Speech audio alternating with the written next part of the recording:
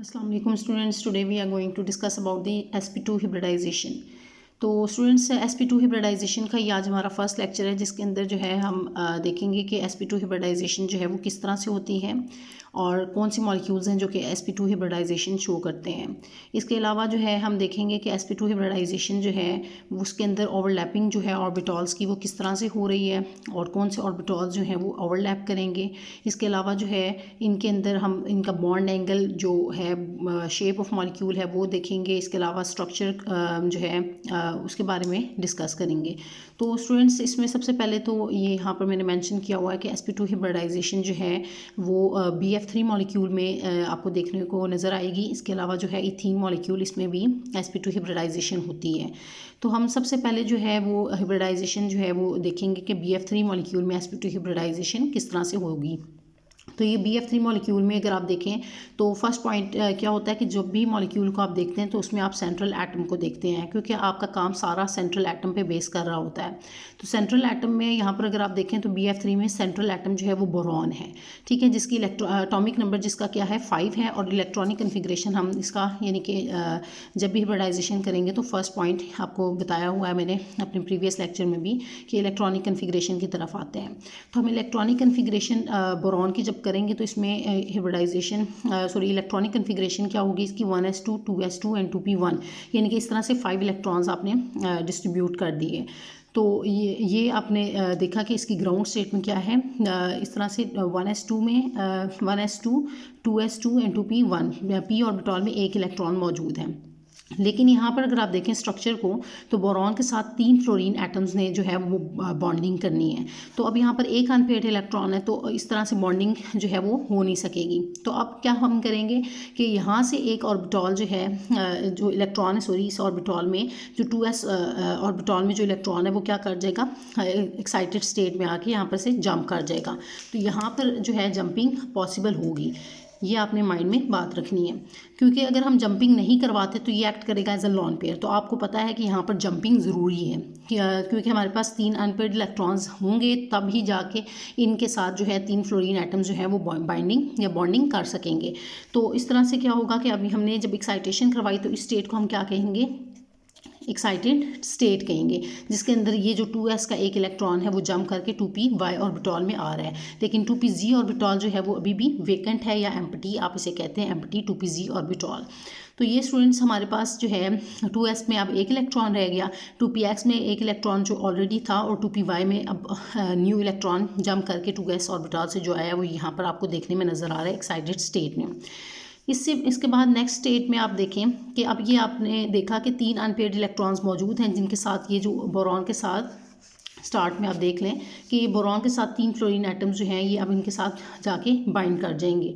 तो यहाँ पर एक इलेक्ट्रॉन यहाँ पर फ्लोरीन का, दूसरा इधर और तीसरा यहाँ पर बॉन्डिंग में इन्वॉल्व हो रहा है। तो इसमें आपने देखा कि ये 3 फ्लोरीन एटम्स जब बाइंड कर रहे हैं तो यहाँ पर कौन से ऑर्बिटॉल्स इन्वॉल्व हैं, एक 2s का ऑर्बिटॉल और 2 p ऑर्बिटॉल जो हैं वो इंटरमिक्स हो रहे हैं। तो इस तरह से आपको पता चला कि कौन सी हाइब्रिडाइजेशन हो सकती है, एक s और 2 p, तो मतलब sp2 हाइब्रिडाइजेशन जो है वो आपको देखने में नज़र आ रही है, क्योंकि एक s ऑर्बिटॉल इन्वॉल्व है और 2 p ऑर्बिटॉल इन्वॉल्व है। तो इसी वजह से टोटल कितने ऑर्बिटॉल्स इन्वॉल्व हैं, 3 ऑर्बिटॉल्स इन्वॉल्व हैं। 3 ऑर्बिटॉल्स इंटरमिक्स हो रहे हैं तो आपको न्यू हाइब्रिडाइज्ड एटॉमिक ऑर्बिटॉल्स भी कितने मिलेंगे, 3 ही मिलेंगे। 3 आपको sp2 हाइब्रिडाइज्ड एटॉमिक ऑर्बिटॉल्स मिलेंगे। तो ये आपको नीचे हाइब्रिडाइज स्टेट में नज़र आ रहा है।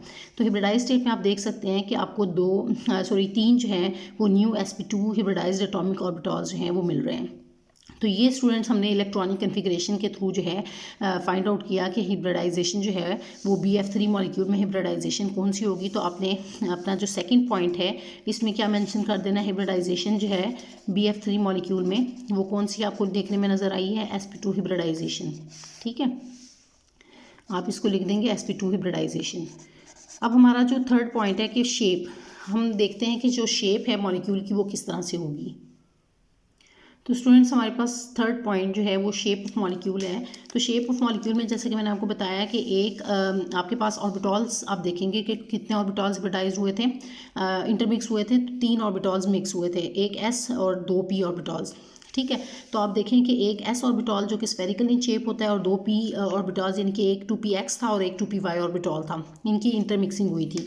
तो यहाँ पर आप मेंशन कर दें ये 2s ऑर्बिटॉल है, ये 2px है और 2py ऑर्बिटॉल है, ये तीनों इंटरमिक्स हुए तो आपको तीन ही न्यू हिब्रिडाइज्ड एटॉमिक ऑर्बिटॉल्स मिलेंगे। तो वो ये आपको देखने में कुछ शेप इस तरह से नज़र आएगी। ठीक है, ये एक px है, सॉरी sp2 हिब्रिडाइज्ड एटॉमिक ऑर्बिटॉल है, ये दूसरा वाला sp2 है और ये थर्ड वाला sp2 हिब्रिडाइज्ड एटॉमिक ऑर्बिटॉल है। ये भी sp2, ये सेकंड वाला sp2 और ये थर्ड वाला sp2 हाइब्रिडाइज्ड एटॉमिक ऑर्बिटॉल आपको नज़र आ रहा है। तो अब क्या होगा कि स्टूडेंट्स हमने तीन जो है फ्लोरीन एटम्स को इनके साथ बाइंड करवाना है। तो अब आपको पता है कि फ्लोरीन एटम्स की अगर हम बात करें तो फ्लोरीन की इलेक्ट्रॉनिक कन्फिग्रेशन क्या होती है, एटॉमिक नंबर इसका 9 है, तो इलेक्ट्रॉनिक कन्फिग्रेशन होती है 1s2 2s2 एंड 2p5 होती है। ठीक है, तो आउटर मोस्ट यानी कि जो है वो p ऑर्बिटॉल है, जिसके p ऑर्बिटॉल है। तो अब क्या होगा कि आप इसमें जब सेंट्रल एटम जो है वो बोरॉन, इसकी आप शेप बनाएंगे तो आपने शेप कुछ इस तरह से बनानी है कि एक जो है ऑर्बिटॉल ये हो गया आपका, सेकंड वाला जो है वो ये हो गया और थर्ड वाला जो है वो ये कुछ इस तरह से आपने बना दिया। तो ये तो fluorine atom central atom, sorry ये तो आपका जो सेंट्रल एटम है वो क्या होगा, यहाँ पर बोरॉन होगा। ठीक है, ये आपने बोरॉन कर दिया। अब इसके साथ जो तीन फ्लोरीन एटम्स ने बॉन्डिंग करनी है तो उसमें जो ऑर्बिटॉल जो है फ्लोरीन का जो p ऑर्बिटॉल है, आपको पता है p ऑर्बिटॉल की जो शेप होती है वो डम्बेल शेप होती है। कैसी शेप होती है, डम्बेल शेप होती है इस तरह से ना। तो आपने तीन फ्लोरीन एटम्स को इसके साथ बाइंड करवाना है। तो एक ये फ्लोरीन एटम ने बाइंडिंग इसके साथ कर ली, सेकंड जो है वो कुछ आपने इस तरह से बना दिया। ठीक है, और थर्ड जो है वो कुछ आपने इस तरह से बना दें। ठीक है, ये सॉरी इसको प्रॉपर जो है ना आपने पी डम्बल शेप बनानी है इस तरह से। तो ये आपके तीन ऑर्बिटॉल्स की इंटरमिक्सिंग हो गई है। ठीक है, यहाँ से ये भी इसके साथ बॉन्डिंग कर रही है, इसके साथ बॉन्डिंग हो रही है। तो अब यहाँ पर ऑर्बिटॉल्स की जो ओवरलैप हुआ है वो कौन सा ऑर्बिटॉल ओवरलैप हुआ है, हम इसको भी मेंशन कर देते हैं। ये sp2 थे, ओवरलैपिंग तीन ऑर्बिटॉल्स मिले थे sp2 और ये भी sp2 ऑर्बिटॉल था। ठीक है, और ये वाला कौन सा ऑर्बिटॉल है, ये फ्लोरीन के p ऑर्बिटॉल है। ठीक है, p ऑर्बिटॉल है, यहाँ पर भी ये p ऑर्बिटॉल है और ये वाला भी p ऑर्बिटॉल है, यानी कि 2p वाला ऑर्बिटॉल जो है। तो sp2 p ऑर्बिटॉल ओवरलैप भी इसको कहते हैं। ठीक है, और ये वाला जो बॉन्ड है ये भी बॉन्ड सिग्मा बॉन्ड है, क्योंकि ये हेड टू हेड ओवरलैपिंग हुई है या हेड ऑन कोलिजन भी इसको कहा जाता है। और ये भी सिग्मा बॉन्ड बना और ये भी सिग्मा बॉन्ड बन गया। ठीक है, तो ये जो है प्रॉपर जो है शेप ऑफ मॉलिक्यूल आपको जो है BF3 मॉलिक्यूल की जो शेप है वो कुछ इस तरह से देखने को आपको नज़र आती है। ठीक है, और स्टूडेंट्स आप इसको भी मेंशन कर सकते हैं कि ये वो तीन फ्लोरीन एटम्स हैं जो कि इसके साथ बॉन्ड बना रहे हैं और ये 2p ऑर्बिटॉल्स हैं। ठीक है, ये फ्लोरीन के 2p ऑर्बिटॉल है, तो इसको भी आपने 2p जो है मेंशन कर दिया। तो ये शेप ऑफ मॉलिक्यूल जो है वो इस तरह से आपको BF3 मॉलिक्यूल की देखने को नज़र आती है। तो नेक्स्ट जो है हम इसके बॉन्ड एंगल की बात कर लेते हैं, और जो ज्योमेट्री है, सॉरी हमारा फोर्थ पॉइंट जो था वो ज्योमेट्री था, तो हम ज्योमेट्री देखते हैं। तो ये ज्योमेट्री आपको जो नज़र आ रही है वो क्या होती है, ट्राइगोनल प्लानर ज्योमेट्री इसको कहा जाता है, जिसमें हम मॉलिक्यूल को कुछ इस तरह से भी मेंशन करते हैं। तो ये स्टूडेंट्स हमारे पास सेंट्रल एटम बोरॉन है और इसके अराउंड ये दो फ्लोरीन एटम्स इस तरह से लगे हुए हैं और नेक्स्ट जो है एक फ्लोरीन एटम इस तरह से लगा हुआ है। तो ये आपको आप देखें तो ये ट्राइगोन बन रही है। ठीक है, तीन कॉर्नर्स पे आप देख रहे हैं, ये इसको हम कहते हैं ट्राइगोनल प्लेनर। ठीक है, ट्राइगोनल प्लेनर, और ये तीनों एटम जो हैं वो एक ही प्लेन में जो है वो इस तरह से मौजूद हैं। तो इसी वजह से जैसे कि मैं आपको इस तरह से मेंशन कर देती हूँ कि ये हमारे पास जो है ये एक प्लेन में सेंट्रल एटम जो है बोरॉन ये पड़ा हुआ है और बाकी तीन इसी के प्लेन में जो है वो इस तरह से लेटे हुए हैं। ठीक है, फ्लोरीन और यहाँ पर भी थर्ड ये वाला भी जो है फ्लोरीन मौजूद है। तो इसी वजह से इसका जो शेप है, जो ज्योमेट्री है, इसको हम फोर्थ पॉइंट में मेंशन करेंगे। जो ज्योमेट्री है वो क्या होती है, इसके अंदर ट्राइगोनल प्लानर ज्योमेट्री है।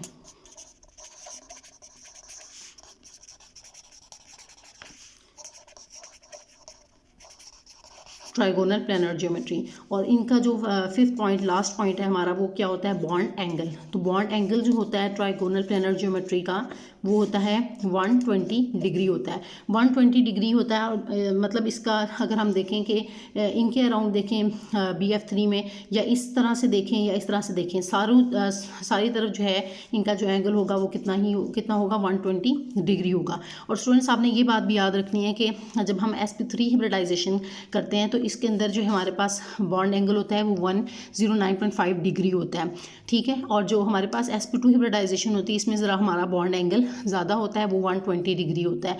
और अगर हम sp हिब्रिडाइजेशन करेंगे वो भी आप नेक्स्ट लेक्चर्स में आप देखेंगे, तो उसमें हिब्रिडाइजेशन sp हिब्रिडाइजेशन में बॉन्ड एंगल आपको मज़ीद जो है वो बढ़ जाता है, 120 से वो 180 डिग्री हो जाएगा और इसकी ज्योमेट्री जो है वो लीनियर ज्योमेट्री आपको देखने में नज़र आएगी। तो होप्स हो कि स्टूडेंट्स ये जो पॉइंट्स हैं सारे BF3 मॉलिक्यूल के बारे में, sp2 हिब्रिडाइजेशन के बारे में आप लोगों ने क्लियर कर लिए होंगे। इस लेक्चर से रिलेटेड अगर आपको कोई भी कन्फ्यूजन है तो वो आप मुझसे कमेंट्स में पूछ सकते हैं। सेकंड जो इसका पॉइंट है जो इथीन मॉलिक्यूल में हिब्रिडाइजेशन, जो कि sp2 हिब्रिडाइजेशन ही है, उसको हम नेक्स्ट लेक्चर में जो है कवर करेंगे, क्योंकि इस तरह से लेक्चर काफ़ी लेंथी हो जाता है तो उसको ज़रा समझना आप लोगों के लिए भी मुश्किल हो जाएगा। तो इथीन मॉलिक्यूल को हम अपने नेक्स्ट लेक्चर में डिस्कस करेंगे। Thank you so much students.